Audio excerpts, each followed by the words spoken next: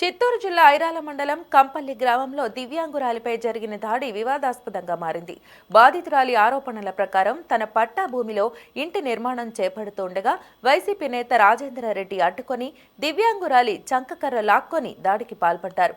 దివ్యాంగురాలికి అండగా నిలిచిన దివ్యాంగ సంఘం నాయకులపైన దాడి జరిగినట్లు బాధితులు ఫిర్యాదు చేశారు. ఘటనపై సమగ్ర విచారణ చేపట్టి దాడికి బాధ్యులైన వారిపై కఠిన చట్టపరమైన చర్యలు తీసుకోవాలని బాధితులు, దివ్యాంగ సంఘాల ప్రతినిధులు, అధికారులు కోరుతున్నారు.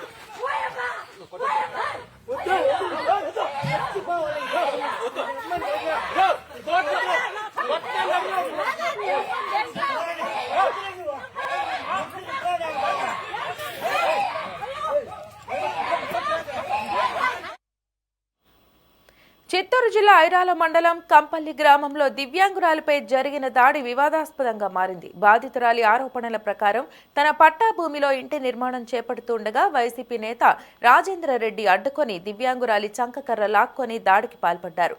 దివ్యాంగురాలికి అండగా నిలిచిన దివ్యాంగ సంఘం నాయకులపైన దాడి జరిగినట్లు బాధితులు ఫిర్యాదు చేశారు. ఘటనపై సమగ్ర విచారణ చేపట్టి దాడికి బాధ్యులైన వారిపై కఠిన చట్టపరమైన చర్యలు తీసుకోవాలని బాధితులు, దివ్యాంగ సంఘాల ప్రతినిధులు, అధికారులు కోరుతున్నారు.